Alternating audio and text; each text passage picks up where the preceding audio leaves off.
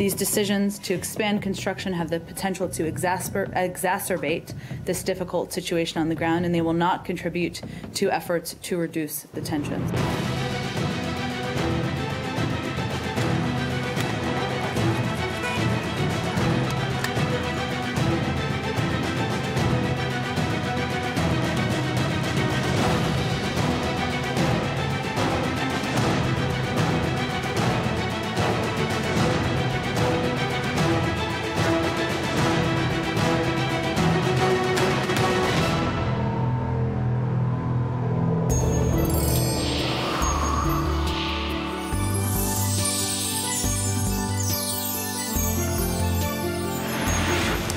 Vendredi 14 novembre 2014, bonjour à tous et bienvenue dans votre Morning sur i24 News. Au sommaire de cette émission, aujourd'hui, rencontre tripartite à Amman.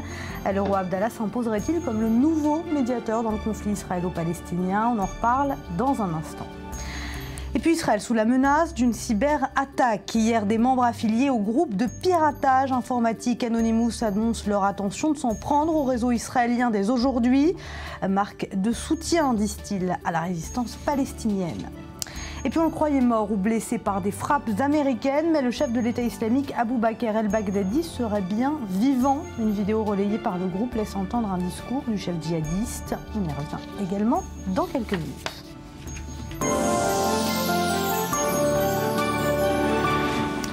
Et m'a rejoint sur ce plateau Ali Waked. Bonjour Ali. Vous êtes consultant i24 News et spécialiste du monde arabe et musulman. Daniel Haïk, analyste politique sur i24 News. Bonjour. Et Maurice Fergan, bonjour, rédacteur en chef i24 News. On commence avec vous Maurice, avec les gros titres de la presse israélienne. Et ce matin, c'est bien entendu cette rencontre tripartite qui fait l'unanimité. Effectivement, cette rencontre a mis de côté la querelle entre le chef d'état-major et le Shabak qui prend une place, disons, assez minime dans la presse. Alors on commence par Yediot Ahronot qui utilise un titre tout à fait informatif pour une rencontre décisive. Netanyahou s'est entretenu avec Kerry et Abdallah. Vous voyez, c'est au plus simple. Alors on va s'intéresser à l'éditorialiste de Yediot Ahronot, Alex Fishman, qui lui a trouvé un mot pour décrire la Jordanie. Il l'appelle la Jordanie le capteur, le meilleur capteur pour définir les sensibilités sur les développements au Proche-Orient. Et les Jordaniens sont hystériques, écrit Fishman, pas moins. Ils craignent que le conflit religieux sur le mont du Temple et l'anarchie en Cisjordanie ne submergent le royaume, pas seulement d'une vague anti-israélienne, écoutez bien, mais aussi d'un tsunami islamiste qui fera tomber le souverain de son trône. Alors, le capteur jordanien, écrit Alex Fishman, est bien plus efficace que toutes les consultations sécuritaires tenues par le Premier ministre israélien. Bien sûr, les meilleurs cerveaux israéliens participent à ces réunions, écrit l'éditorialiste de Yediot Ahronot, mais il en émane un violent parfum politique, une allusion à la crise entre le chef d'état-major et le Shabak. On passe à Arès, le mont du Temple. Comment préserver le statu quo? C'est la question que se pose le quotidien. Alors, il titre sur Kerry qui annonce qu'Israël, les Palestiniens et la Jordanie se sont engagés à prendre des mesures pour apaiser la situation à Jérusalem. Un engagement à préserver le statu quo, mais le quotidien ne précise pas vraiment les mesures adoptées. On sait seulement que le secrétaire d'État a constaté une nouvelle fois que les deux parties, Israël et Palestiniens, ne sont pas encore mûrs pour une rencontre en tête-à-tête. Alors on va s'intéresser à l'éditorial ou un article de page intérieure d'Amira Haas. C'est une des journalistes, disons, les plus à gauche dans ce quotidien indépendant. Alors elle consacre son article au sentiment des Palestiniens à propos du mont du Temple. Un édito qui est peut-être du passé, vous allez voir. Elle constate que les Palestiniens sont convaincus qu'Israël tente de prendre le contrôle d'El-Aqsa. Les restrictions d'entrée sur l'esplanade est une nouvelle punition, écrit-elle, infligée aux musulmans de Jérusalem. Et la journaliste d'Arès de continuer, nombreux sont les Palestiniens à penser que le déploiement policier qui s'amplifie sur place n'est qu'un élément de plus dans l'annulation du statu quo. Enfin, c'est quand même moins d'actualité puisqu'on a annoncé hier la levée de certaines restrictions sur le mont du Temple. On va en reparler après. Mais je ne sais pas si le sentiment persistera. On le verra. Alors, Israël Hayom, à présent, le sommet du mont du Temple, comme le nomme le quotidien, objectif de Netanyahou, Kerry et Abdallah, l'apaisement. Alors, on s'intéresse à l'éditorialiste d'Israël Hayom, ce quotidien gratuit, Dan Margalit, qui n'est pas du tout rassurant et titre son édito « Les Palestiniens veulent la guerre du mont du Temple ». Je le cite, à Jérusalem, les attaques, les meurtres et les jets de pierre sont « made in Palestine ». Les Palestiniens veulent des émeutes, précisément au mont du Temple, pour conférer au conflit de 94 ans, écrit-il, un caractère religieux et pas seulement national et territorial. Abou Mazen est satisfait, écrit-il, du fait que la confrontation avec Israël ait lieu dans une ville sous contrôle total sécuritaire israélien, alors que lui-même tente d'apaiser les tensions dans les territoires en Cisjordanie. Et Dan Margalit de conclure que le Hamas et le djihad ne se contentent pas de Jérusalem et profitent des controverses internes à l'autorité palestinienne pour y mettre leur grain de sel. On passe au Jerusalem Post. Même information sur le sommet d'Amman à la première page. Le statu quo doit être préservé à Jérusalem. 2 parties pour l'apaisement avant de relancer le processus de paix. Mais la presse israélienne, encore une fois, ne rentre pas dans le détail des mesures qui ont été annoncées.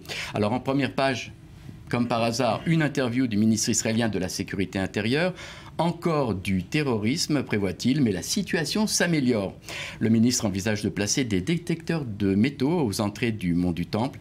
Yitzhak Aharonovitch a ajouté qu'il comptait interdire l'entrée du mont du Temple aux incitateurs de toute religion, il faut préciser, y compris aux politiciens israéliens.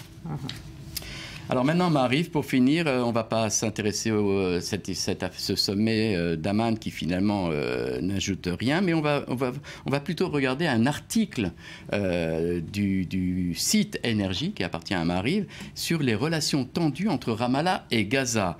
Un responsable du Hamas, affirme Maariv, s'en prend violemment à Mahmoud Abbas, affirmant que le président de l'autorité palestinienne néglige les habitants de la bande de Gaza. Alors le responsable s'appelle Khalil El-Khaya et il a dit à l'intention de Mahmoud Abbas, soyez franc, est-ce que vous représentez vraiment le peuple palestinien?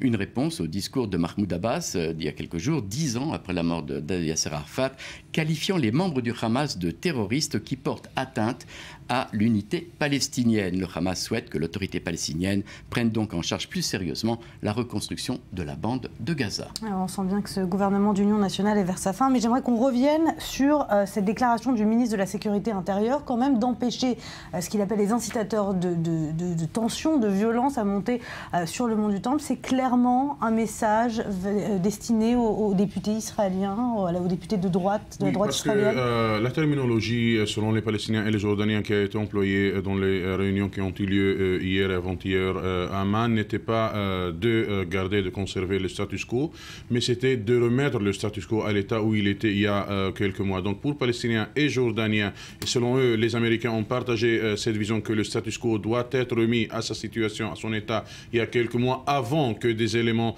de la droite israélienne l'ont changé d'une façon unilatérale et provoqué la colère des Palestiniens et des musulmans. C'est donc, et ce que ont exprimé hier, surtout les Palestiniens, que si Israël est à la veille d'une campagne électorale, cette question d'Al-Aqsa, cette question du Temple, peut faire partie de cette campagne pour embarrasser du côté droit le Premier ministre et donc mettre le mont du Temple, mettre la mosquée au sein de la campagne électorale et le droit des Juifs de prier à la mosquée et donc changer à nouveau le status quo.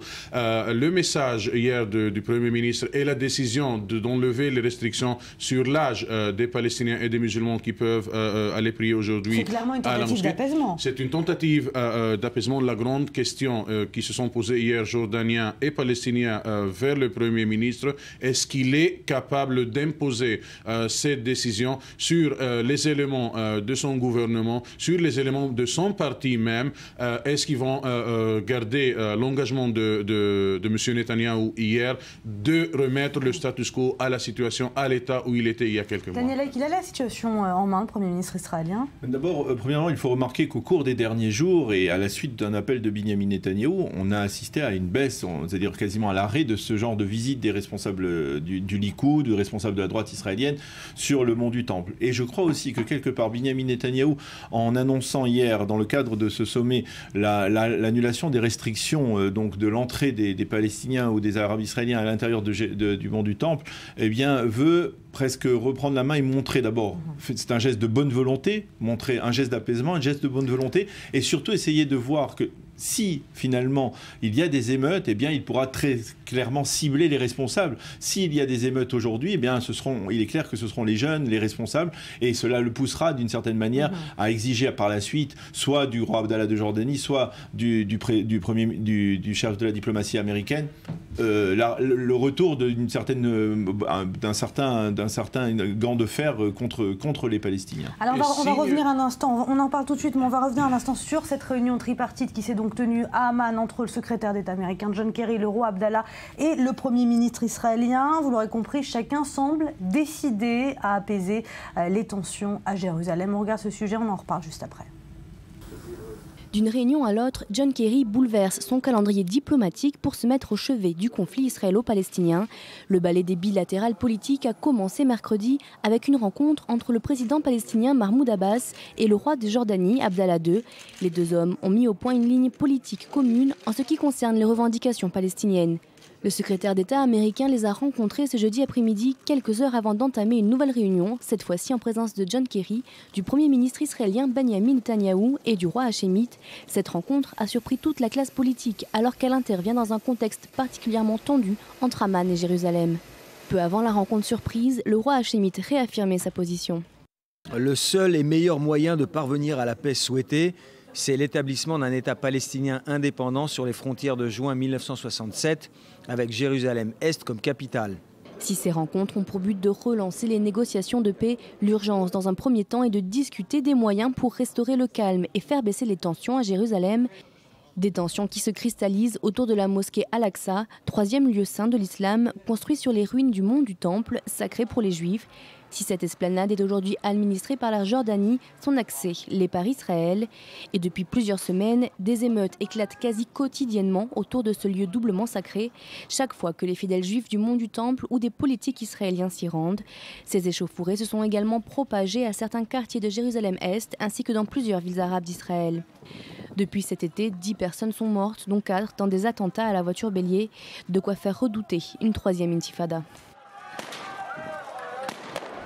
Alors on a compris plus ou moins les conclusions de cette réunion tripartite, agir pour apaiser les tensions, préserver le statu quo sur le mont du Temple. Moi j'ai une question, où est Mahmoud Abbas dans tout ça? Allez. Les Jordaniens ont vérifié avec les Palestiniens et Israéliens s'ils étaient prêts à se réunir ensemble, non pas d'une façon bilatérale, mais dans ce cadre de ce sommet. Et les deux côtés ont exprimé le refus à la proposition, à l'offre jordanienne de participer à une rencontre des quatre chefs. Et Mahmoud Abbas, on verra le résultat de cette réunion aujourd'hui. Dans le sujet de la prière, est-ce qu'à la mosquée, ils vont prêcher encore à faire sortir les Juifs de la mosquée, ou est-ce qu'ils vont attaquer d'autres sujets religieux, d'autres sujets quotidiens qui n'ont rien à faire avec le conflit sur le mont du Temple, le conflit sur la mosquée? On revient deux minutes à ce qui s'est passé hier. On a entendu Mahmoud Abbas, puisqu'il y a eu une autre réunion entre Mahmoud Abbas et le roi Abdallah. Et on entend Mahmoud Abbas reléguer toute la situation au roi jordanien et finalement s'extraire un petit peu du problème. Donc moi, mon sentiment personnel, c'est que l'absence de Mahmoud Abbas dans cette réunion tripartite est quand même une preuve d'affaiblissement. Il faut comprendre que Mahmoud Abbas, au cours des dernières semaines, a voulu se montrer, effectivement, montrer que c'est lui qui était le seul vecteur d'apaisement ou d'incitation à la tension. C'est lui que, par exemple, dans les régions qu'il contrôle en Judée et Samarie, en Cisjordanie, eh bien, il y a le calme, même si c'est un calme relatif. Par contre, dans les régions qu'il ne contrôle pas, comme à Jérusalem, eh bien, on voit qu'il y a une vive tension. Il veut montrer que c'est lui qui peut contrôler. Le fait qu'il se tienne un sommet comme celui-là à Amman et qu'il n'est pas présent, c'est une forme d'affaiblissement. Comme si, quelque part, le roi Abdallah de Jordanie voulait dire à Mahmoud Abbas, attention, le mont du Temple, c'est mon domaine privé. C'est vrai, la Jordanie a un contrôle sur tous les lieux saints d'islam. Elle a le contrôle à travers nous. Et j'ai le sentiment que, quelque part, cette réunion d'hier, elle a son importance parce que je disais tout à l'heure que Benjamin Netanyahou voulait reprendre la main, montrer qu'il faisait preuve de bonne volonté. Je crois que c'est important aussi pour le roi Abdallah de Jordanie, peut-être même dans le contexte régional aussi, de montrer que lui aussi, il a un certain pouvoir autour d'un sujet religieux. Peut-être que cela peut apaiser certains. Oui, mais de l'autre côté, le fait que le roi Abdallah mène cette campagne contre Israël en ce qui concerne la mosquée, selon les Palestiniens, le fait qu'il y a un État arabe qui mène ça, ça signifie que ce n'est pas un conflit encore un conflit israélo-palestinien, mais c'est un conflit qui met face à face Israéliens et musulmans partout dans le monde. Donc un conflit religieux. Donc, mais il faut un conflit qui est au-delà du conflit, disons, politique entre Israël et les Palestiniens. Oui, moi je crois qu'on peut voir les choses un petit peu différemment si on regarde un peu ce qui s'est passé à Amman. John Kerry a joué comme d'habitude le rôle de médiateur, c'est ce qu'il a choisi. Benjamin Netanyahou, en étant seul et n'étant pas face à Mahmoud Abbas, finalement était au banc des accusés et l'arbitre de la situation, eh ben, c'est Abdallah.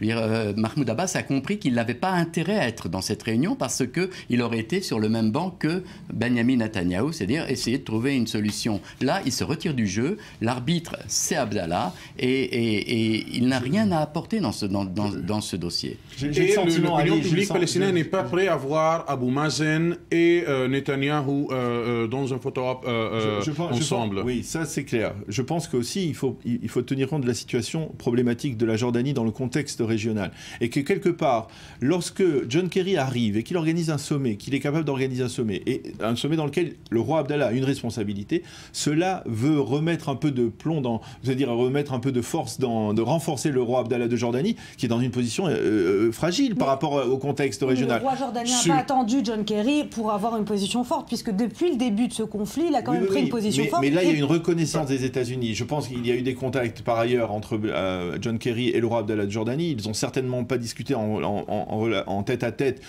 uniquement du mont du Temple. Ils ont certainement discuté de la menace que représentait Daesh pour la Jordanie, de menace de déstabilisation, de perte du pouvoir, tout simplement. Et donc, quelque part, il fallait trouver un moyen de renforcer le roi Abdallah de Jordanie. Non, il ne faut pas oublier aussi le contexte interne jordanien. On parle de la Jordanie en étant un État pragmatique de la région, mais la Jordanie, et on le sait, c'est une terre fertile pour les éléments salafistes, les éléments djihadistes. Il suffit de se balader à Zarqa ou à Irbid, ou même dans certaines régions d'Amman, pour voir si jamais le roi lâche un peu les mains, le contrôle. La Jordanie est un pays candidat à tomber dans les mains de djihadistes, et le roi n'a pas intérêt à ce que ce conflit israélo-palestinien, ce conflit arabe-israélien se transforme en un conflit religieux qui peut nourrir les éléments radicaux dans le royaume. Est-ce qu'on peut imaginer que la Jordanie devienne le nouveau médiateur entre Israéliens et Palestiniens? Jordaniens ont essayé de jouer le rôle de médiateur, mais à mon avis, le fait que la Jordanie est dépendante dans beaucoup d'éléments et de la bonne foi des Palestiniens qui habitent la Jordanie et du soutien militaire d'Israël ne met pas la Jordanie en une position de médiateur comme si c'était le cas des Américains ou des Égyptiens même, d'autres. La Jordanie n'est pas en position de jouer le rôle de médiateur, mais si elle a un rôle pour essayer de convaincre, de faire de sorte que les deux côtés respectent l'accalmie et ne continuent pas leurs propos qui mettent le feu. C'est quand même une grande réussite si les Jordaniens réussissent là où d'autres ont échoué à apaiser la situation. Bon, dans 2-3 heures, on saura et on verra s'ils ont réussi. Oui. Et puis peut-être le dernier point, c'est la présence de John Kerry, c'est-à-dire c'est peut-être le retour des Américains, qui étaient un peu absents au cours des dernières semaines. La volonté inébranlable de John Kerry d'essayer malgré tout de relancer le processus de paix à travers peut-être cette crise, c'est aussi un point important à souligner aujourd'hui. Alors il y a le président égyptien également qui s'est joint par téléphone à cette réunion. Donc quelle est la place de l'Égypte aujourd'hui dans ce contexte un peu tripartite entre les États-Unis, la Jordanie, les Palestiniens et Israéliens? On a parlé on a mentionné que l'Égypte peut jouer mieux le rôle du médiateur, mais le contexte... on n'entend pas beaucoup dernièrement Abdel Fattah al-Sisi dans ce conflit. On n'entend pas parce que par hasard, Eleonore, il y a des attentats contre des cibles égyptiennes hors du territoire égyptien. On a vu ce qui s'est passé à la Libye contre l'ambassade égyptienne. On a vu ce qui s'est passé dans le métro au Caire et au Sinaï. L'Égypte plonge de plus en plus... d'autres chats à fouetter finalement. Tout à fait. Et donc, les priorités d'Abdel Fattah al-Sisi, c'est de conserver la sécurité interne de l'Égypte. Mais oui, l'Égypte craint qu'une détérioration qu'il y a au centre, la mosquée d'Al-Aqsa, peut encore enflammer la situation à l'Égypte et aussi à la bande de Gaza. Une bande de Gaza que les Égyptiens tiennent à couper toute possibilité de se rémunérer de nouveau avec des armes qui peuvent aussi jouer contre les soldats et les cibles égyptiennes. Alors, vous parlez de la situation en Égypte, justement, un nouveau groupe djihadiste en début de semaine s'est joint à l'État islamique, un groupe djihadiste qui est basé dans le Sinaï, donc une victoire de plus pour l'État islamique. Le chef de l'État islamique, Abou Bakr al-Baghdadi, qu'on croyait mort, selon certaines rumeurs, ou en tout cas blessé par des frappes aériennes américaines, a finalement relayé hier une vidéo qui n'a pas été identifiée, mais on va tout de suite écouter un extrait. Et bientôt, les Juifs et les croisés seront obligés de descendre au sol et d'envoyer leurs forces terrestres vers la mort et la destruction avec la permission d'Allah. Dans cette actualité, cela a déjà commencé. Et voici Obama qui a ordonné le déploiement de 1500 soldats supplémentaires, d'après une affirmation selon laquelle ils envoient des conseillers parce que les frappes aériennes des croisés dont le bombardement est constant, jour et nuit, sur les positions de l'État islamique n'ont pas empêché son avancée, ni affaibli sa détermination. Alors dans cette vidéo, le calife de l'État islamique s'en prend directement aux Américains, encore une fois, en disant que finalement, ces frappes aériennes en Syrie et en Irak, c'est complètement inefficace. Vous êtes d'accord? Pour le moment, ces frappes s'avèrent vraiment inefficaces. L'État islamique peut, malgré ces frappes, envoyer des renforts dans les régions où il juge nécessaire. On n'a pas vu l'État islamique progresser récemment, mais on n'a pas vu aussi l'État islamique régresser malgré les frappes américaines. L'État islamique continue à élargir le front. On a vu des milices en Libye prêter serment au calife. On a vu Ansar Bayt al-Maqdis, vous venez de la mentionner, Ansar Bayt al-Maqdis qui est le groupe islamiste principal de l'Égypte et surtout dans la région du Sinaï, prêter serment et loyauté au calife des musulmans. Certains éléments du Taliban au Pakistan ont déjà Boko Haram et donc l'État islamique, il est en train de s'élargir, même si ce n'est pas un élargissement territorial, mais un élargissement au sein des organisations islamiques qui, même si...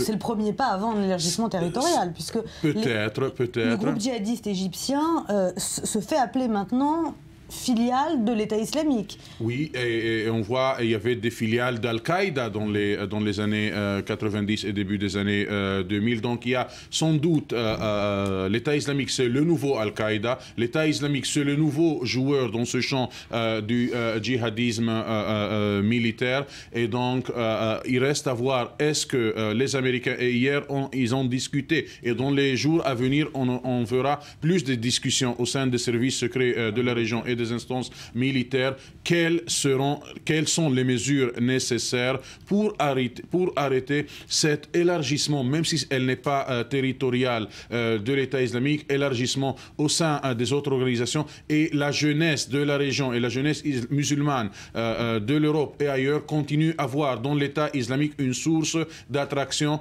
et les gens sont préparés à rejoindre l'État islamique pour battre les Américains. Alors, al-Baghdadi a aussi appelé ses partisans à se rebeller contre les pays arabes, contre les dirigeants des pays arabes, notamment contre l'Arabie saoudite, qu'il appelle la tête du serpent, l'Arabie saoudite. Oui, je voulais préciser un point concernant les États-Unis. Le fait que finalement les attaques aériennes n'aient pas véritablement modifié la donne, c'était quelque chose quasiment de connu.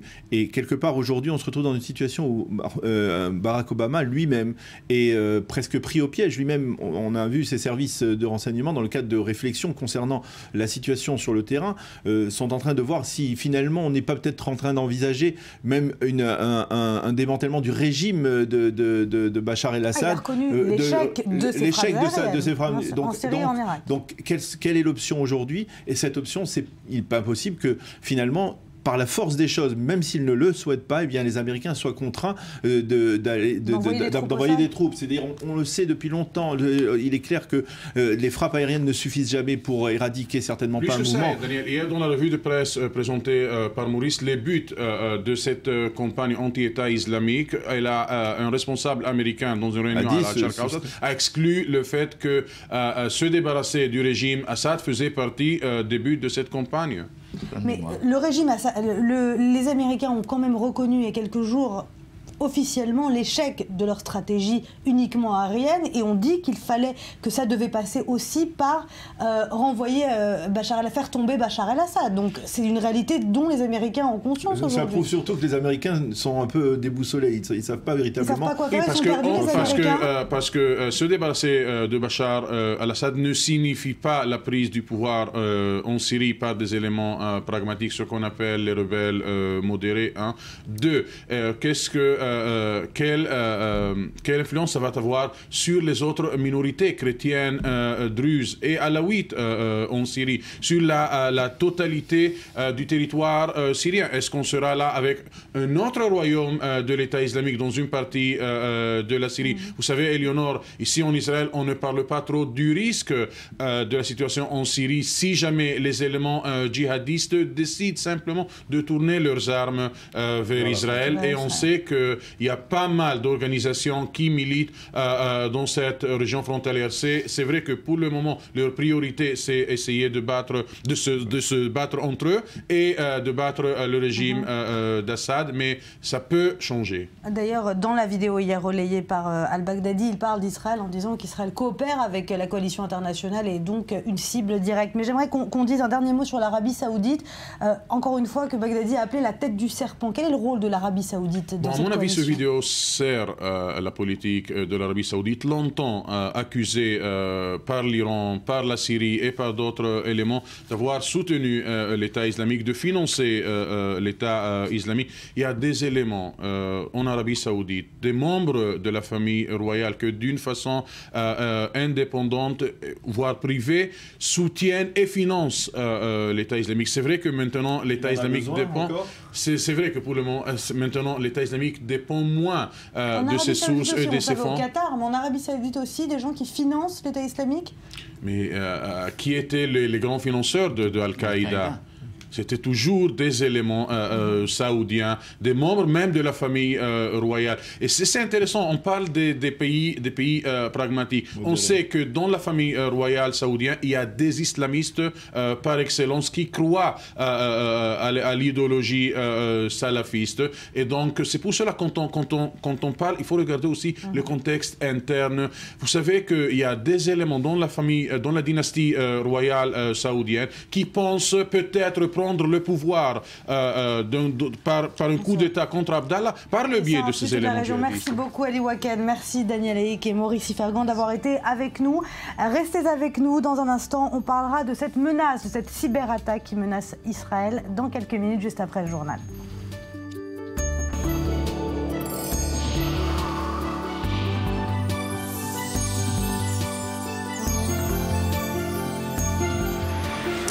De retour sur le plateau du Morning, il est 8h42, merci d'être avec nous. On accueille ce matin Michel Kishka, caricaturiste. Bonjour, merci d'être avec nous ce matin. Également Daniel Haïk et Maurice Ifergan qui sont toujours sur ce plateau. Alors on va commencer avec l'actualité de la semaine en dessin, à commencer avec la commémoration des 25 ans de la chute de Berlin qui a marqué la semaine. Oui, il y avait beaucoup de commémorations cette semaine, j'ai pas pu toutes les dessiner. Mais quand même, le mur de Berlin, j'ai vu que c'était quand même très médiatisé. Puis on a montré dans les médias du monde beaucoup d'images de la chute du mur. C'est un événement qui a beaucoup marqué l'Europe. Et puis bon, il y avait des photos de Gorbatchev de l'époque, qui a quand même été un des instigateurs de la chute du mur. Et finalement, j'ai vu les photos de tel qu'il était aujourd'hui. Hein, on vieillit, on grossit. Mais bon, j'ai pas pu m'empêcher quand même de dessiner Papa Gorbi avec Angela sur les épaules. Et voilà, il reste un morceau du mur. J'ai même lu qu'il y a un des Allemands qui a récupéré tous les morceaux du mur qu'il a pu. Aujourd'hui, il est devenu multimillionnaire, il vend des morceaux du mur. Du mur de Berlin, c'est pas mal. Chacun y a trouvé son bonheur. Mais n'empêche que la réunification de ce qu'on pourrait appeler les deux Allemagnes, ça a quand même changé la carte de l'Europe. Et c'est devenu quand même la première puissance européenne, l'Allemagne. Donc c'est très intéressant de suivre un peu ce processus. Et puis bon, voilà, c'était tout simplement l'occasion de dessiner Angela sur les épaules de Gorbatchev. Ça ne se présente pas tous les jours. C'est un peu le même profil d'ailleurs sur cette photo. Ils ont le même sur Facebook peut-être.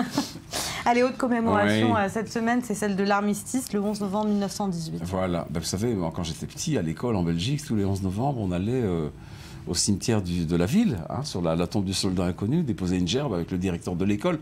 C'est un événement que tous les enfants d'Europe, en tout cas France, Belgique, et j'imagine aussi ailleurs, connaissent. C'est une date dans le calendrier. Et j'en ai parlé à mes étudiants aux Beaux-Arts à Jérusalem. Je suis arrivé le 11 en classe, c'était mercredi. Je dis voilà, vous savez quelle date c'est aujourd'hui, le 11 novembre? Oui. Et je dis c'est quoi? Personne ne sait. Personne sait. Voilà, personne ne savait non plus. Oui, c'était le 11 aussi. J'ai hésité entre 14-18 et Arafat. Je me dis, allez, je vais aller sur 14-18. Et voilà. Ils ne savaient ni pour Arafat, ni pour l'armistice. Non, ils n'étaient pas au courant. Ils étaient au courant de ce qui s'était passé la veille, mais pas quelques années avant. Ils ont eu un cours d'histoire avant ou... Vous savez, c'est les Beaux-Arts, il ne faut pas trop leur demander. C'est vrai. Et puis, finalement, ce sont deux événements qui sont liés. Parce que la guerre de 14-18, l'armistice, finalement, les conditions de l'armistice a conduit l'Allemagne à la Seconde Guerre mondiale. Et voilà, donc c'est un peu, j'ai bouclé la boucle, et puis c'est l'occasion de dessiner un soldat dans les tranchées, 100 ans déjà, c'est comme si c'était hier, parce que c'est vrai, il y a encore des blessures dans beaucoup de familles, notamment françaises, puisqu'il y a eu énormément de documentaires et de reportages sur les médias français. On sent des familles qui sont encore meurtries par les cicatrices, par les plaies, quelquefois qui restent ouvertes, des grands-parents, des arrière-grands-parents. Ils ont été envoyés à la boucherie, 30 millions de morts, ça marque dans toute l'Europe. Voilà. Allez, on passe à un autre conflit, le conflit israélo-palestinien. Alors, troisième intifada ou pas, on va voir ce dessin tout de suite. Oui, bah voilà, on en parle longuement sur ce plateau, mais quand même, il faut le dessiner. Voilà. Et c'est pour ça que je l'ai fait suivre. C'est reparti comme en 14, c'est une expression française. Mais voilà, est-ce que le sommet qui vient d'y avoir à Amman, avec le roi Abdallah, Ekeri et Bibi Netanyahou, montre une volonté d'essayer de calmer le jeu? Est-ce que Abou Mazen va suivre? Est-ce que la rue va suivre? On ne sait pas encore tout à fait ce qui se passe. Voilà, Israël a décidé, aujourd'hui matin en tout cas, sur comment on appelle, le mont des mosquées, l'esplanade des mosquées, le mont du temple. Le mont du temple, l'esplanade. Ça dépend à qui on demande. Voilà. L'esplanade des mosquées, de laisser rentrer sans limitation d'âge, alors que ça faisait des mois que les jeunes n'avaient pas le droit d'y aller. On va voir ce que ça va donner, mais entre-temps, il faut faire des dessins. Qu'est-ce que vous pensez de ce face-à-face, Maurice et Daniel? Écoutez, moi j'ai le sentiment, c'est-à-dire on parlait tout à l'heure d'Arafat, il y a une nette différence entre ce qui s'est passé en 2000 et ce qui se passe actuellement, c'est au niveau de la planification. C'est-à-dire il est clair qu'après le sommet de Camp David en juillet 2000, Arafat a planifié l'intifada. Et après il a trouvé comme prétexte la montée sur le mont du Temple d'Ariel Sharon et de celui qui est aujourd'hui président. Alors que là, quelque part, Mahmoud Abbas surfe sur ce soulèvement, on va peut-être même pas encore parler de soulèvement, mais en tout cas sur ce que l'on appelle une forme d'embrasement populaire ou de terrorisme populaire isolé pour essayer de reprendre un peu du poil de la bête et essayer d'imposer son leadership, y compris auprès des Palestiniens de la bande de Gaza. En tout cas, vous êtes d'accord, ce n'est ni Mahmoud Abbas ni Benyamin Netanyahou qui ont débuté cet embrasement ou ce soulèvement, vous l'appelez comme vous voulez, mais c'est en tout cas un embrasement qui vient du peuple palestinien. C'est un embrasement qui vient des Palestiniens et qui est le résultat d'une tension. Alors certains vont s'affirmer que c'était à cause du jeune Mohamed Abou Khader, mais il faut rappeler qu'il y a eu aussi des précédents avant, il y a eu aussi des tensions même avant le kidnapping des 3 jeunes Israéliens dans le Gush Etzion. Il y a eu toujours des tensions et moi, je suis intrigué par l'allusion à David et Goliath dans ce dessin. Ah, c'est vraiment une coïncidence. Parce que quelle finesse, Maurice, toujours. Une fronde. Alors, tu penses tout de suite à David. On a failli rater ça. Ouais. Merci, Maurice. et tu remarques que c'est Mahmoud Abbas qui a la fronde. Bon. Allez, on va parler quelque chose d'un peu plus joyeux, la mission Rosetta, qui a été suivie avec passion par, évidemment, toute la communauté scientifique, mais aussi le monde entier, on peut le dire, puisque tout le monde est passionné par Philae et Rosetta, qui s'apprêtent. C'est extraordinaire parce que personne ne comprend quoi que ce soit à cette mission. Et hier, j'ai suivi une émission qui s'appelle C'est dans l'air, sur une des chaînes françaises, et il y avait des gens de cette mission. Il y avait des grands scientifiques et j'ai commencé un petit peu à comprendre. Qui essaient de vulgariser un petit peu la problématique, mais c'est difficile. L'intérêt d'une telle mission est qu'en fait, il s'avère que, vous savez, c'est des 500 millions de kilomètres de la Terre, c'est rien, hein. Mais il n'y a pas de ticket aller-retour. Hein. Il n'y a qu'un aller pour le module qui s'appelle Philae. Alors il y a plein de noms à retenir. La comète s'appelle Tchouri, la mission s'appelle Rosetta et le module s'appelle Philae. Ah, j'ai quand même fait mes leçons hier soir avant de venir sur le plateau. Je ne voulais pas passer pour un imbécile. Mais il s'avère en fait que cette comète a l'âge de la Terre. Okay. Et en fait, elle est restée intacte depuis le Big Bang. Donc on espère, en étudiant cette comète, comprendre mieux l'origine de la Terre. J'espère que ça nous donne la réponse. Où allons-nous? Mais ça, c'est pas encore tout à fait sûr. Mais en tout cas, d'où venons-nous? On a des chances d'avoir des réponses. Et puis le fait que ce soit des Européens, c'est bien pour l'Europe. À mon avis, c'est la meilleure chose qu'ait fait l'Europe ces 10 dernières années. C'est pour ça que j'ai un peu ironisé dans le texte. En tout cas, les pays européens sont très très fiers. Vous avez suivi un peu, Maurice et Daniel, la comète? On a suivi et je dois dire que je suis encore influencé. Je suis allé voir hier un film de science-fiction qui a trait justement aux galaxies Interstellar qui est sorti récemment et qui prouve que peut-être quelque part, on a peut-être trop tendance à négliger le rôle des êtres humains sur la Terre pour essayer de préserver cette Terre qui est la nôtre, plutôt que d'aller chercher, dans l'espace un peu le sauvetage de l'humanité. Peut-être qu'il faut essayer de veiller à se préserver, essayer peut-être d'éviter les multiples conflits, essayer de conserver à travers une lutte pour l'environnement, essayer de conserver cette Terre. Mais tu vois, si l'homme découvre qu'il y a en fait une autre planète sur laquelle il y a des êtres plus intelligents que nous, on va être tous déprimés, ça va être terrible. C'est aussi un problème. Ça va être terrible. En tout cas, la mission Rosetta et Philae à suivre. On passe maintenant à un autre sujet. À Gaza, des jeunes qui luttent à coups de bombes, mais de peinture cette fois, pour s'exprimer. Ils peignent des décombres, ils recouvrent des murs avec des messages en couleur. En tout cas, Gaza, sous blocus depuis 8 ans et récemment ravagé par des guerres, le graffiti est devenu un moyen d'expression et de lutte. On regarde ça, on en parle juste après. Un mur et une bombe de peinture aérosol, seules armes de Naïm dans sa lutte pour la liberté. Ce jeune Palestinien de 25 ans vit dans l'enclave de la bande de Gaza. Grâce à Internet, lui et ses amis se sont découverts une passion, le graffiti. Ils ont appris la technique en regardant des vidéos d'artistes occidentaux et se sont fait la main dans les rues de ce territoire isolé. Les Israéliens nous oppriment et nous font la guerre. Alors j'ai décidé d'utiliser le graffiti pour parler de ce qui se passe dans notre société. J'ai appris à faire du graphe parce que c'est une forme de liberté. Ça me permet de m'exprimer et de raconter l'endroit où je vis. Ici, à Gaza, on étouffe sous les décombres. Alors on a vraiment besoin de s'exprimer, de dire ce qu'on pense. Le graffiti n'est pas une discipline si nouvelle ici. Partout dans la bande de Gaza, les murs sont couverts d'écritures et de dessins. Portraits d'hommes politiques, messages de paix ou scènes de guerre. Cette tradition remonte à la première intifada, soulèvement des Palestiniens contre l'occupation israélienne en 1987. À l'époque, les jeunes combattants se servaient des murs de la ville pour annoncer les dates de grève ou les noms des martyrs. Écrire sur les murs était le moyen le plus simple de s'adresser aux gens sans trop se mettre en danger. Distribuer des tracts demandait beaucoup de temps et de prise de risque, alors qu'une phrase sur un mur reste longtemps et peut être vue par tous.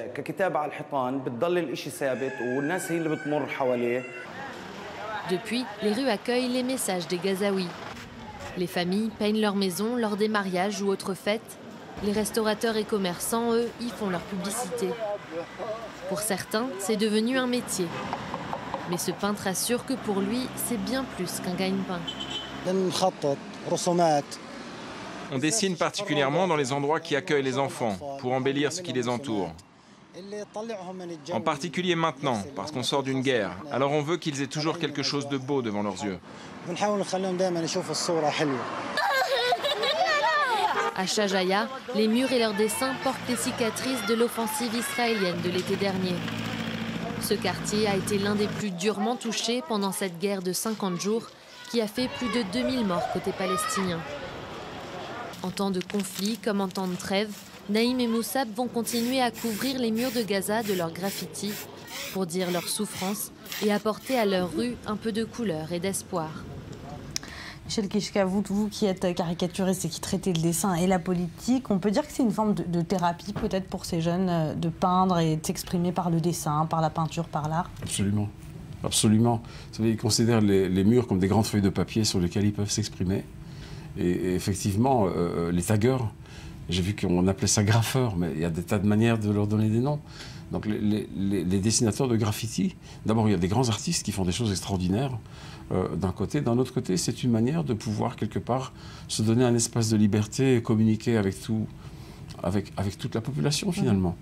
Et je comprends très bien cette envie qu'ils ont. Et finalement, ce que dit cet homme qui veut un peu embellir l'environnement pour les enfants, c'est aussi une belle chose. Pourquoi pas? Alors que ce soit politique, que ça revendique quelque chose, ou que ce soit juste pour embellir, moi je suis tout à fait pour. Je comprends très bien que dans une région comme Gaza, ça se passe. Et il y a des villes où on essaye de l'empêcher et on ne parvient jamais à les empêcher. On se rend bien compte quand on rentre en train dans les grandes villes, tous les murs qui mènent aux grandes gares, on se demande comment les taggers y arrivent. Ils font du snapping. Je ne sais pas comment ils le font, mais c'est vraiment un besoin de s'exprimer. Il y a un autre endroit assez particulier où il y a eu des graffitis et beaucoup de graffitis, c'est les blocs de béton qui ont été installés à Jérusalem aussi. Hein. Oui, alors par rapport à Gaza, je dirais que le graffiti, c'est souvent un mode de protestation aussi.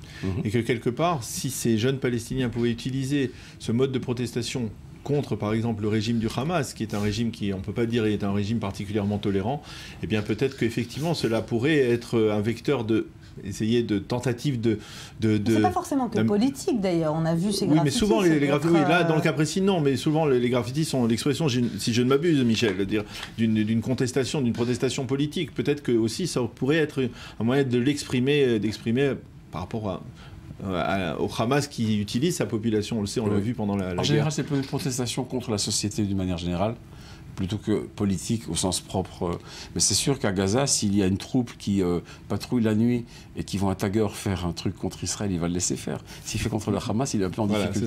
Ça, c'est clair. On va parler tout de suite d'un autre moyen de protestation, c'est la cyberattaque, l'attaque par Internet. Le groupe Anonymous a lancé hier un appel. Certains de ses membres ont dit sur Internet vouloir attaquer les réseaux israéliens. Une opération qui a pris le nom de Opération de la protection d'Al-Aqsa. Alors, Maurice Fergan, est-ce que cette menace, et déjà des menaces auparavant, est-ce que c'est à prendre au sérieux ?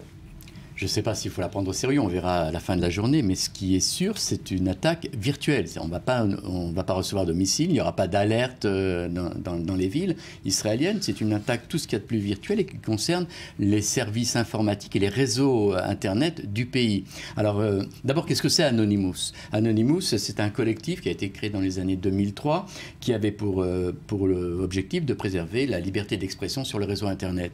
Alors, ils ont un mode opérationnel qui consiste tout simplement à bombarder les sites Internet et les services gouvernementaux ou institutionnels de messages afin de les faire tomber, de les mettre en panne, de manière à bloquer le pays. Alors apparemment, ça a l'air d'un jeu comme ça a priori, mais si on bloque par exemple les services, les réseaux Internet de la tour de contrôle de Ben Gurion... Ils peuvent avoir accès à des informations aussi. Est-ce qu'ils peuvent avoir accès à des informations? C'est aussi un risque. Ces hackers arrivent à pénétrer dans les sites. C'est ça le truc. Maintenant, s'ils arrivent par exemple tout simplement à bloquer la tour de contrôle de l'aéroport Ben Gurion, on peut s'attendre à une catastrophe aérienne. Ils peuvent arriver à bloquer Ils en ont les moyens, selon vous? C'est toujours possible. Ce qu'on peut dire surtout, c'est que les Israéliens ont les moyens de les contrer aujourd'hui. C'est-à-dire, c'est que si je peux me permettre, Benjamin Netanyahu a annoncé il y a 2 mois la création d'un centre national de lutte contre les cyberattaques, et que ce centre rassemble tous les organismes qui luttent contre ce fléau, militaires, sécuritaires, renseignements, etc. Israël est en mesure de repousser ce genre d'attaque. On l'a déjà vu il y a quelques mois. Il y a malgré tous les risques. Israël a été un des premiers pays à s'organiser contre les cyberattaques. Effectivement, il y a un comité de lutte national. Maintenant, ce qui est important de savoir, c'est que ces attaques sont massives. C'est-à-dire qu'on parle de 6 millions de messages Internet. Les attaques massives, on verra si Israël a les moyens de s'en sortir contre ce groupe Anonymous et cette menace. Restez avec nous, on revient dans quelques minutes pour la suite du Morning. À tout de suite.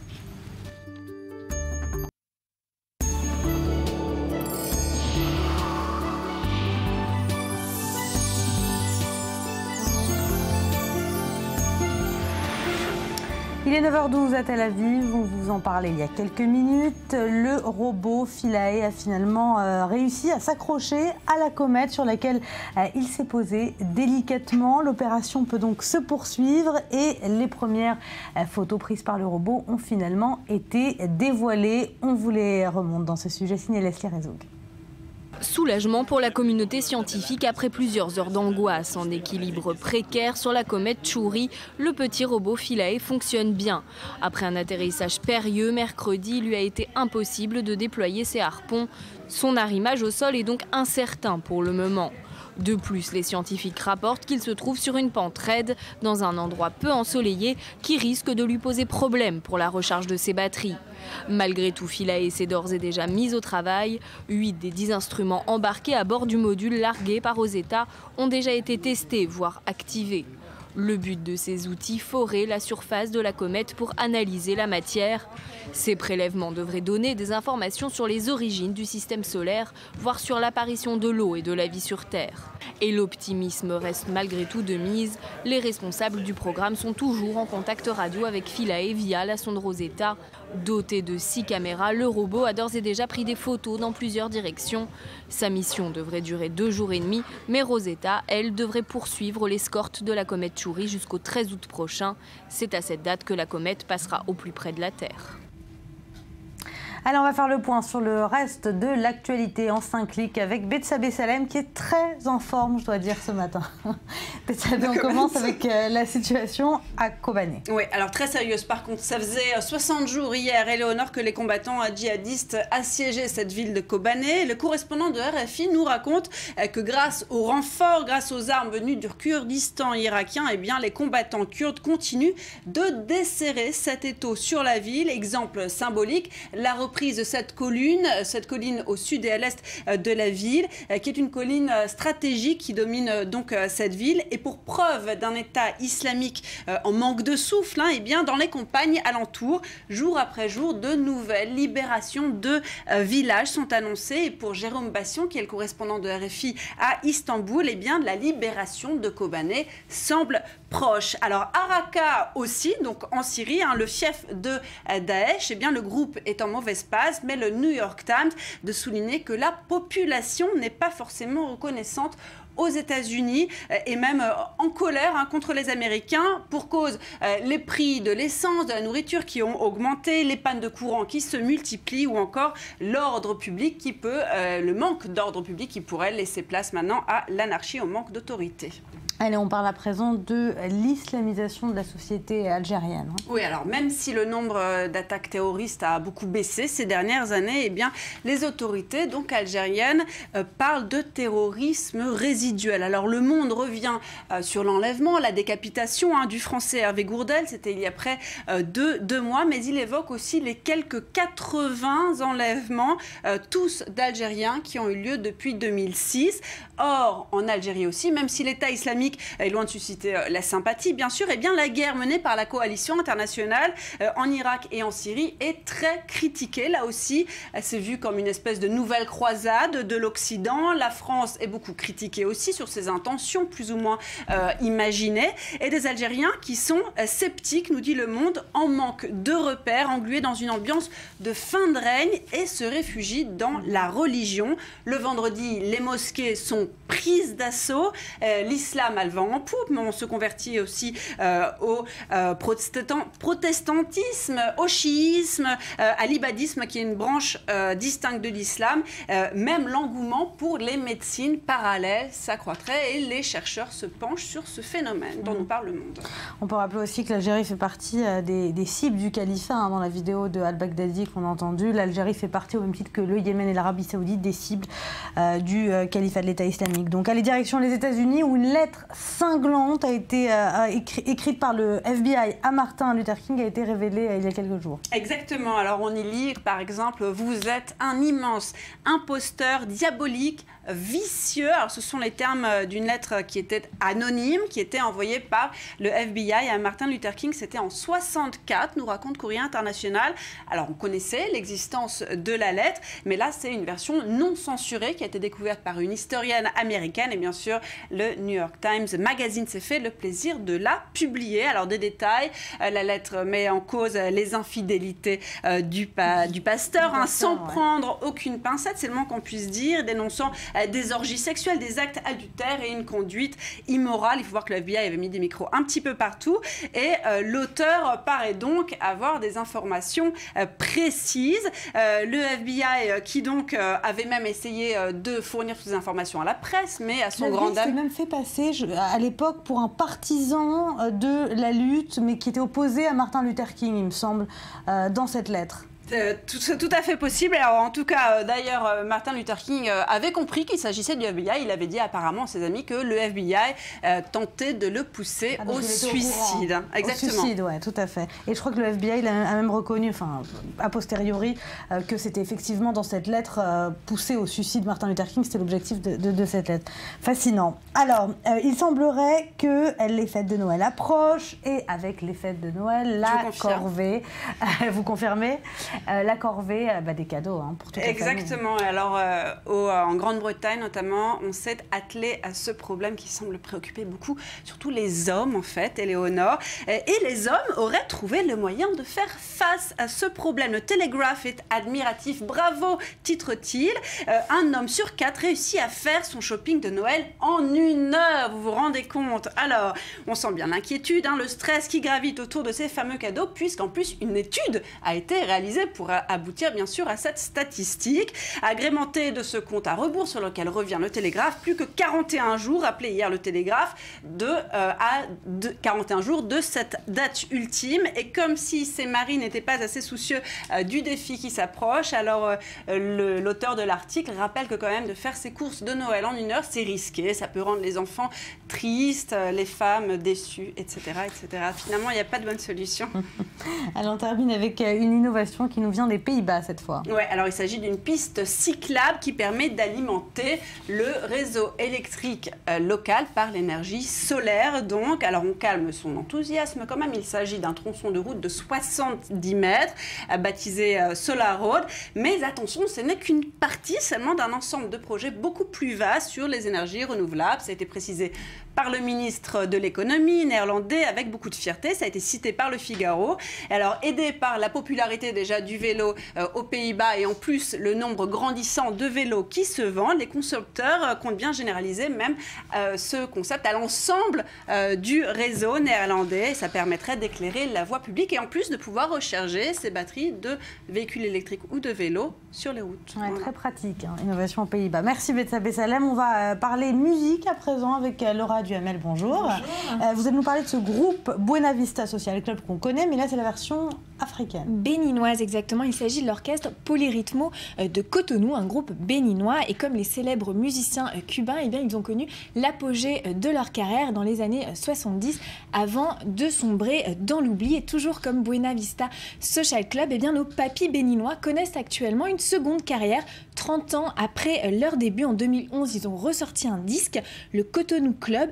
Et je vous propose tout de suite d'écouter un extrait de leur début, suivi de leur dernière tournée. On écoute tout de suite. Ok, let's go. Nyama ke goulé. Kezeke. Nyama ke goulé. Nyama ke goulé. Kezeke. Nyama ke goulé.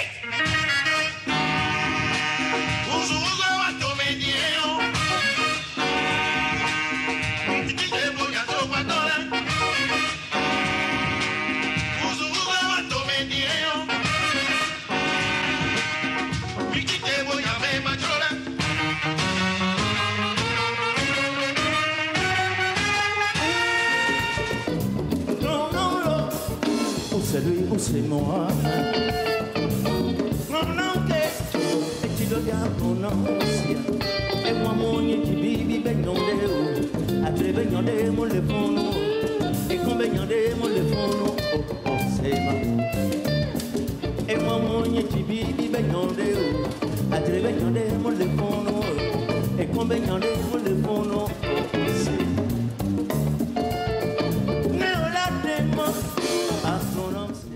Donc ça c'était au début, maintenant récent, ça vient de quand? Alors on a vu d'abord un extrait de leur début quand ils étaient jeunes, très yéyés, et puis maintenant leur dernière tournée. Alors le groupe s'est formé en 1965, il connaît très vite un grand succès, ils enchaînent les prestations au Bénin mais aussi dans toutes les grandes villes ouest africaines. Ils collaborent avec les plus grands, avec Myriam Makeba ou Fela Kuti. Le groupe est composé d'une dizaine de musiciens, il se distingue par un répertoire très varié. Je ne sais pas si vous avez vu, on reconnaît une touche funk mais aussi une touche afro-cubaine. Earth, Wind and Fire, revisité, un mode béninois. De ce dont vous parlez, mais... Earth, Wind and Fire, Éléonore, mais elle est trop jeune. Bah ouais. Alors moi non plus, je ne sais pas, mais en tout cas... En tout cas, voilà, donc c'était les yéyés de l'époque. Désolée à nos téléspectateurs, vraiment. Et c'est un groupe, à noter, qui est aussi connu pour la petite touche vaudou qu'ils ajoutent à leur répertoire très varié, très éclectique et très populaire. Alors, qu'est-ce qui s'est passé pour qu'ils sombrent dans l'oubli pendant 30 ans?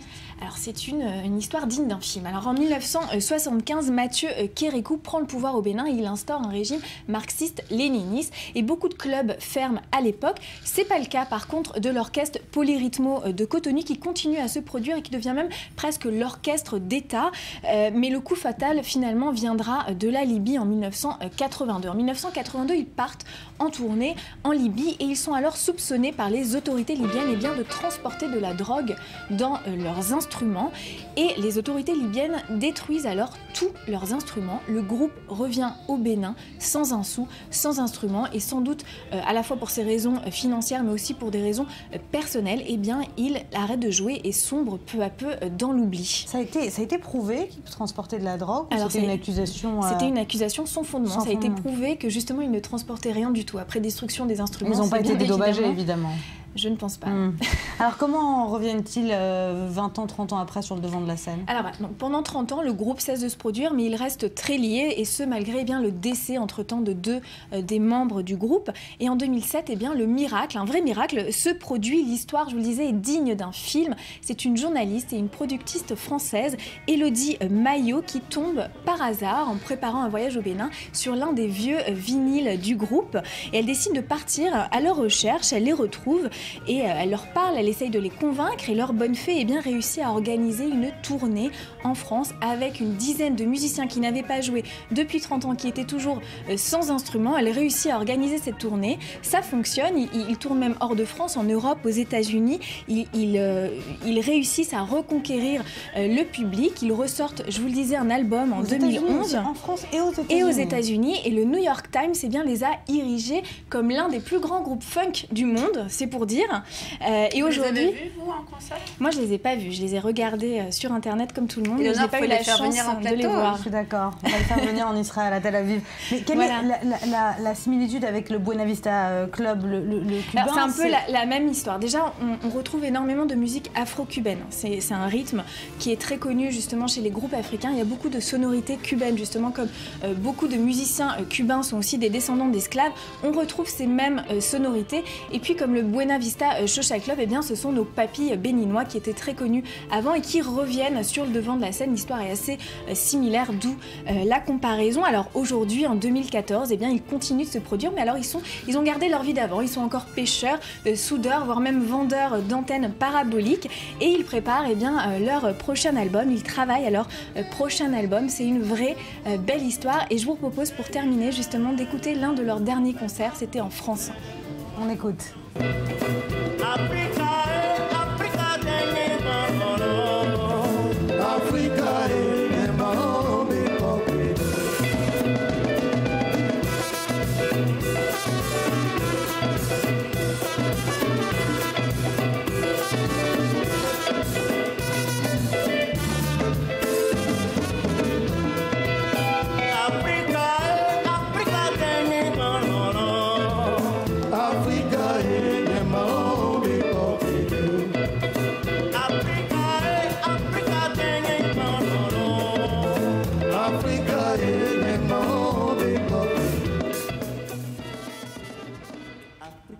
Alors, on m'annonce en régie qu'on a une petite surprise pour Betsabé et pour évidemment combler notre ignorance à Laura et à moi. Vous savez de quoi il s'agit sûrement. On regarde ça tout de suite. Je ne sais pas vous chanter la mélodie, ça m'arrange.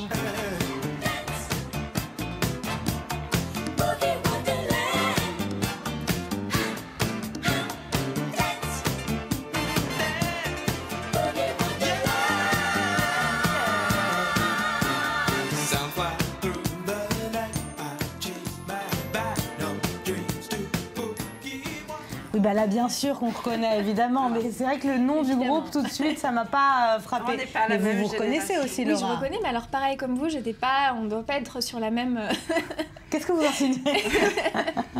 Bon, en tout cas, merci pour cette petite dédicace. Merci Betsabé Salem et Laura Jamel d'avoir été avec nous.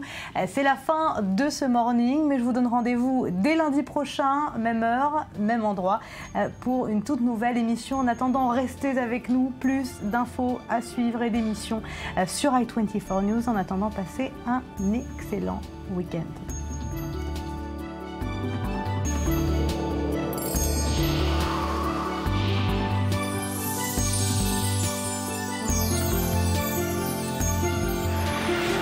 Voilà, rebonjour à tous. Nous ne sommes pas encore lundi. Pardonnez-moi cette innocente erreur, mais nous sommes bien vendredi.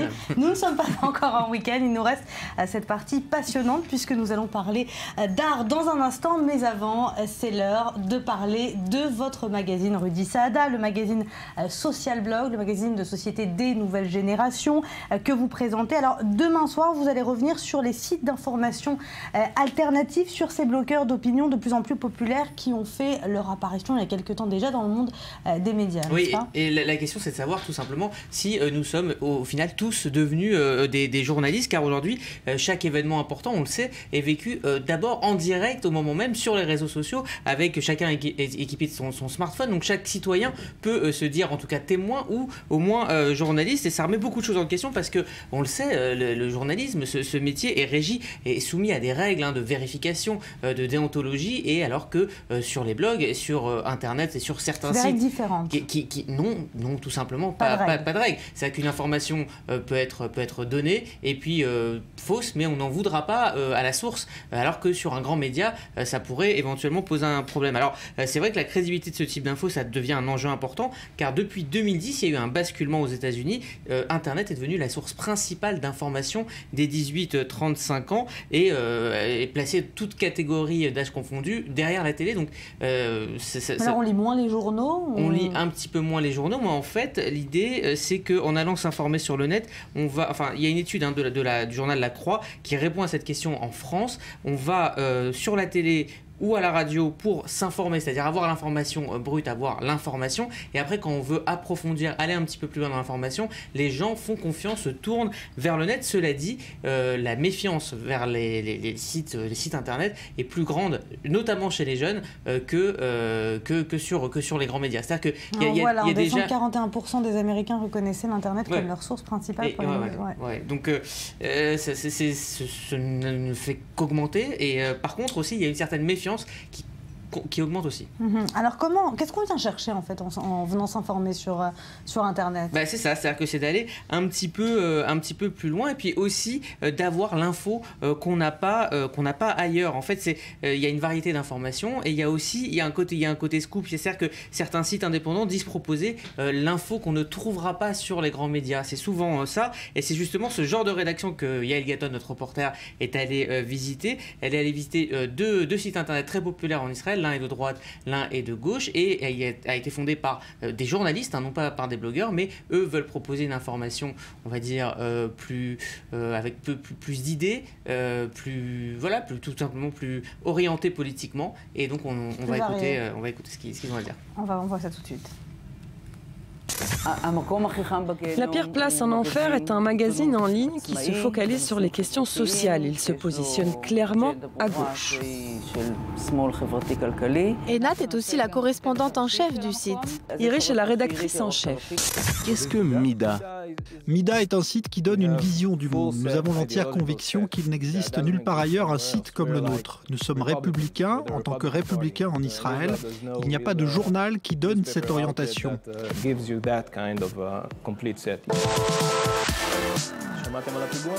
Ok, il y a un nouveau ministre de l'Intérieur.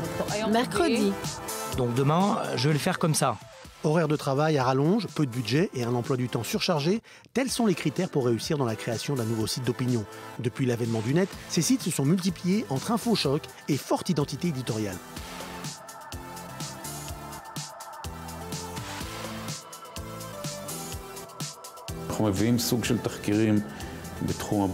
Nous publions des enquêtes dans le domaine de la sécurité, de la gouvernance qui ne se trouvent pas dans des sites grand public de news tels que Ynet, Walla ou même NRJ.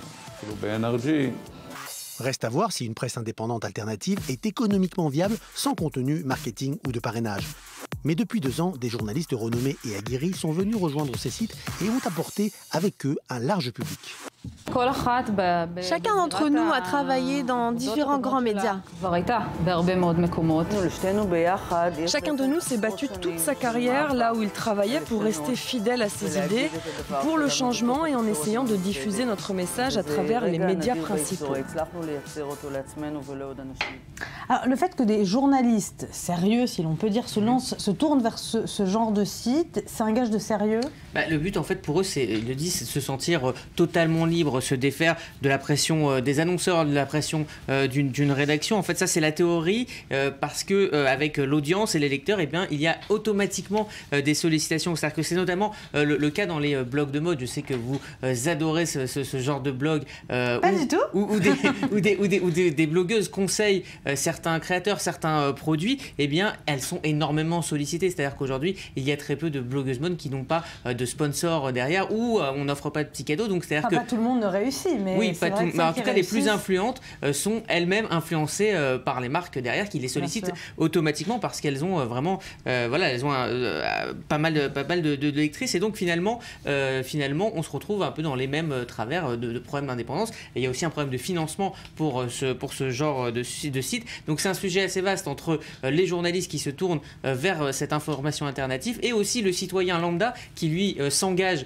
et se dit journaliste sans forcément en avoir la formation. Eh bien, ça crée un monde parallèle de l'information sur Internet qui est assez intéressant. Donc on verra ça avec une journaliste, blogueuse, Myriam Shermer, et un blogueur, Israël Tavor. Ce sera demain soir. Là, ce sera demain soir sur l'émission Social Blog que vous présentez, donc à retrouver dès demain soir. Allez, c'est l'heure de notre rubrique art et on va tout de suite se rendre à Afoulah et parler de ce petit projet communautaire en Israël qui s'est transformé en une exposition internationale.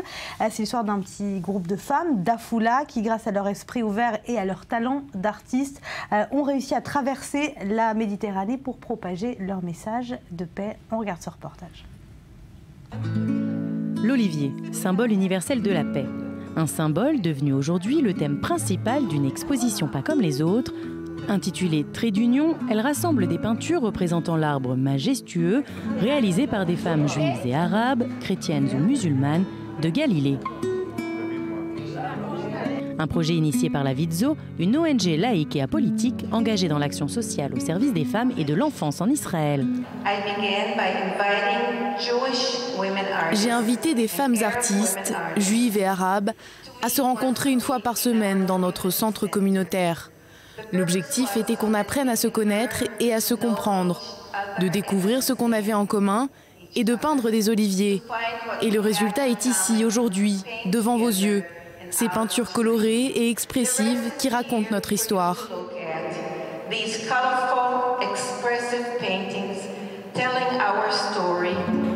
Cette exposition a vu le jour en mars dernier. Elle a été inaugurée dans plusieurs villes du nord d'Israël, mais elle a aussi dépassé les frontières.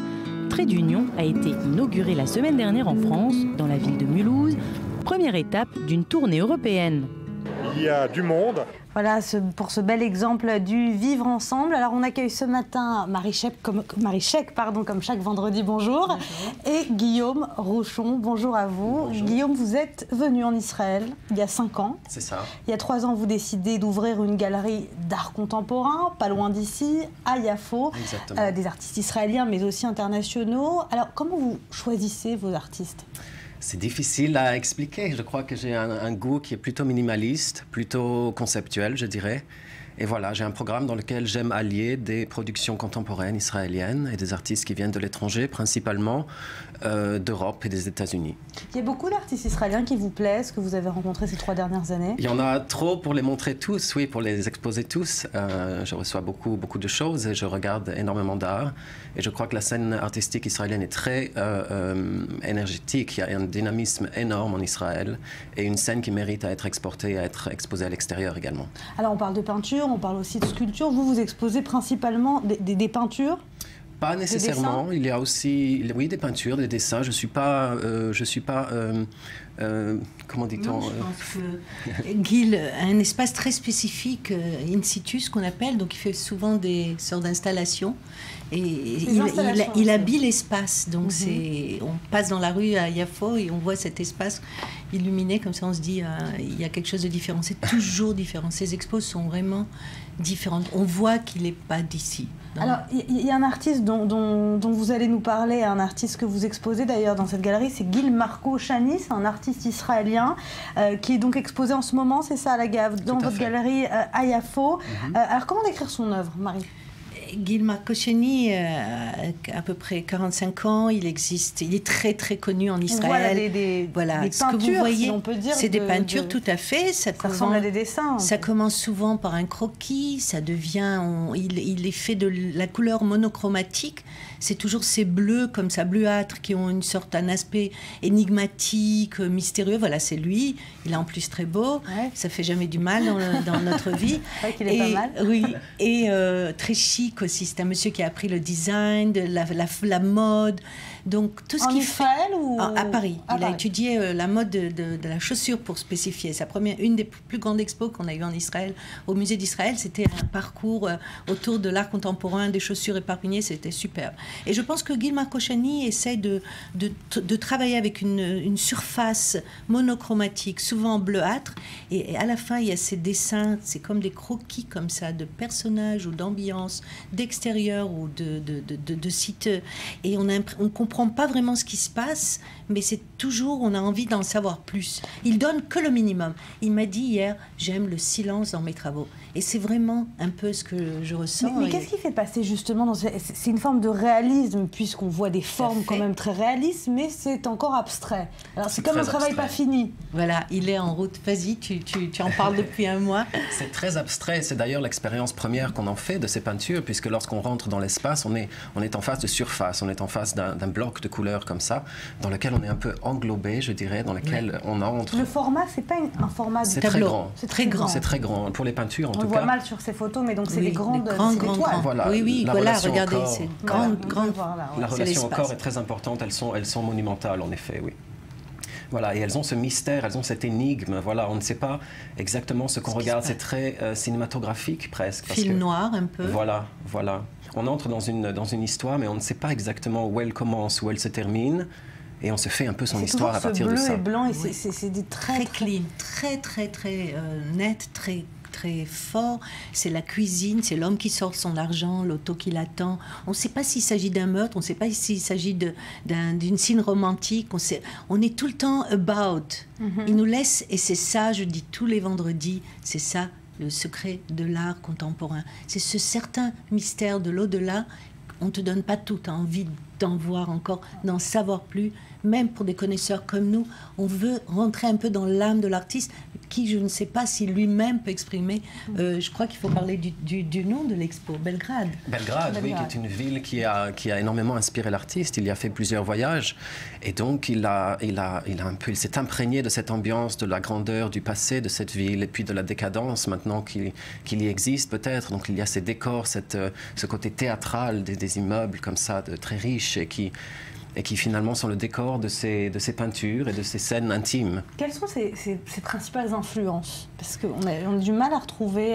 Je dirais que pour le côté abstrait, il y a peut-être la peinture américaine des années 40, fin des années 40, début des années 50. Donc l'expressionnisme abstrait des Américains, ils regardent beaucoup.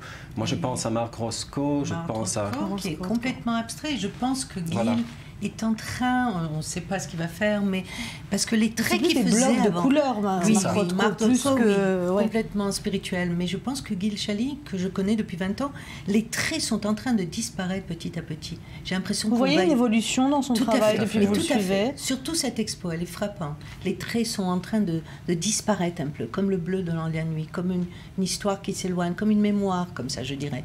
Et j'ai l'impression que d'ici 10-15 ans, on sera dans l'abstrait total. serait total.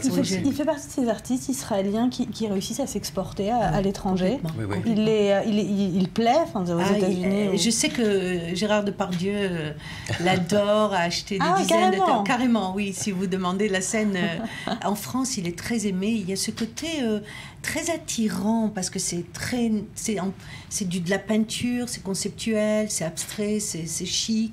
Il y a tout dans son travail. C'est vrai qu'en France, on aime beaucoup ça. On aime beaucoup l'abstrait, mais qui n'est pas trop abstrait non plus, parce que souvent, on se dit, bon, attendez, un enfant pourrait faire ça. C'est un peu les non-connaisseurs, les amateurs disent, Rudy, qu'est-ce que vous en pensez? Non, c'est déjà graphiquement très, très beau à voir, et effectivement, il y a une part de mystère qui est assez intéressante. Il y a un côté enfantin un peu quand même, dans ces traits très minimalistes. Dans la bande dessinée presque. C'est un peu une bande dessinée. C'est fait exprès, c'est voulu. Tout à fait. Ce qui est aussi intéressant avec Belgrade, c'est en étant allé quelquefois ces dernières années, finalement, il s'est rendu compte de sa propre identité. Il s'avère que ses grands-grands-parents étaient de là-bas. Il n'en a jamais vraiment parlé. Et là, c'est comme si il serait imbibé de cette culture qu'il avait dans son subconscient. Parce que l'art aussi, il y a le conscient et le subconscient. Donc, il retrace les traces de son histoire. Et il est très imprégné israélien. Ça n'a pas l'air de l'art israélien, mais il est très proche à la scène israélienne, à l'éthos israélien, aux soldats qui disparaissent, à tout ce que veut dire la société israélienne. Oui. Voilà, Gil, Marco, Chani, à voir donc dans votre galerie qui s'appelle Tempo Rubato. Tempo Rubato. Et voilà. c'est jusqu'à demain. C'est jusqu'à demain, donc allez-y, courez-y, puisque c'est la fin, demain. Voilà, c'est vraiment la fin de cette émission cette fois. Merci à vous de l'avoir suivi. Merci Guillaume Rochon-Marichec et Rudy Saada d'avoir été avec nous. Et je vous donne vraiment rendez-vous cette fois lundi pour une nouvelle émission. Excellent week-end à tous.